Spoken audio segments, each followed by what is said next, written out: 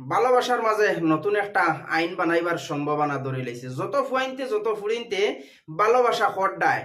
এখন গুফনও ভালোবাসা খড্ডায়, বাবরিউনাথ হামাইয়া ভালোবাসা খড্ডায়, পার্কও হামাইয়া ভালোবাসা খড্ডায়।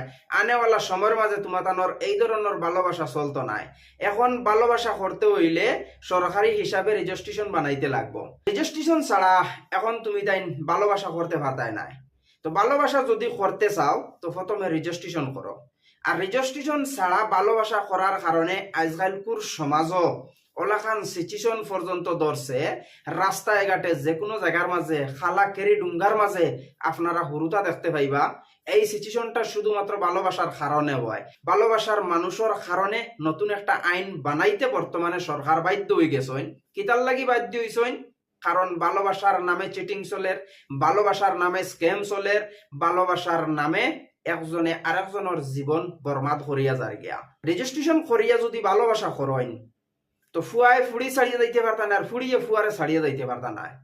রেজিস্ট্রেশন করিলাইলে মনে করো লাইসেন্স ফাইলাইলাই, কোনোদিন একটা ফুয়ায় একটা ফুড়িরে ছাড়িয়ে যাইতে পারতো না, একটা ফুড়ি একটা ফুয়ারে ছাড়িয়ে যাইতে পারতো না।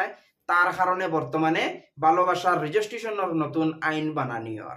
ভালোবাসার রেজিস্ট্রেশনের আইনের ব্যাপারে আপনার মতামত আপনারা কমেন্টও জানাইবা, আর ভিডিওটা শেয়ার করে দিয়া আরো কিছু মানুষরে ভিডিওটা দেখার সুযোগ করে দিবা।